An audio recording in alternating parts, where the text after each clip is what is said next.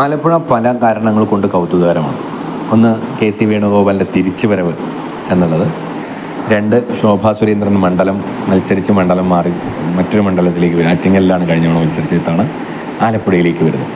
ശോഭാ സുരേന്ദ്രൻ്റെ പ്രത്യേകത എന്താണെന്ന് വെച്ചാൽ അവരെവിടെയൊക്കെ മത്സരിച്ചിട്ടുണ്ടോ അവിടെയൊക്കെ അവർ BJPയുടെ വോട്ട് വർദ്ധിപ്പിച്ചിട്ടുണ്ട്. ആറ്റിങ്ങലിൽ കഴിഞ്ഞ തവണ നമ്മൾ കണ്ടതാണ്. വലിയ വോട്ടാണ് വർദ്ധിപ്പിച്ചത്. അപ്പോൾ അങ്ങനെ ഒരു വർദ്ധിപ്പിക്കുമ്പോൾ ആരുടെ വോട്ടിലാണ് കുറവ് വരുത്തുക? കഴിഞ്ഞ തവണ നമുക്കറിയാം ആറ്റിങ്ങൽ ജയിച്ചത് UDF സ്ഥാനാർത്ഥിയാണ്. എന്നാൽ ഇത്തവണ ശോഭാ സുരേന്ദ്രൻ പിടിക്കുന്ന വോട്ട് ആരുടേതായിരിക്കും എന്നത് വളരെ കൗതുകകരമാണ്. കഴിഞ്ഞ തവണ തന്നെ KS രാധാകൃഷ്ണൻ BJPക്ക് വേണ്ടി ഒരു മികച്ച വോട്ട് ആലപ്പുഴയിൽ പിടിച്ചിട്ടുണ്ട്.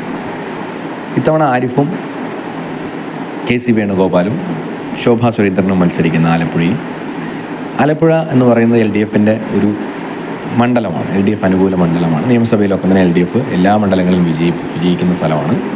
അങ്ങനെ വരുമ്പോൾ LDFന് അനുകൂലമായി വോട്ട് ചെയ്യുന്ന ഒരു വലിയ വിഭാഗം അവിടെയുണ്ട്. LDFനൊരു കോർ വോട്ടുണ്ട്.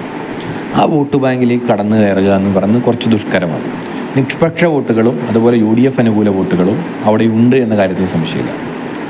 എന്നാൽ UDFൻ്റെ പരമ്പരാഗത വോട്ടുകൾ കുറഞ്ഞ മണ്ഡലമാണ് ആലപ്പുഴ. KC വേണുഗോപാൽ നിൽക്കുമ്പോൾ മാത്രമാണ് ഈ വോട്ട്, പ്രത്യേകിച്ച് NSSൻ്റെ ഒക്കെ വലിയ അകമഴിഞ്ഞ സഹായം KC വേണുഗോപാലിന് കിട്ടുകയൊക്കെ ചെയ്യുന്ന സമയമുണ്ടായിരുന്നു. പക്ഷേ ഇത്തവണ BJP അനുകൂലമായി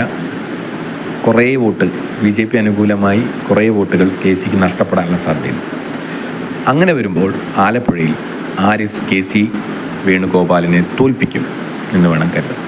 LDFൻ്റെ കോർ വോട്ടുകൾ കൊണ്ട് തന്നെ LDF ആ മണ്ഡലം പിടിച്ചെടുക്കുകയും ശോഭാ സുരേന്ദ്രൻ KC വേണുഗോപാലിന് ലഭിച്ചുകൊണ്ടിരുന്ന വോട്ടുകളെ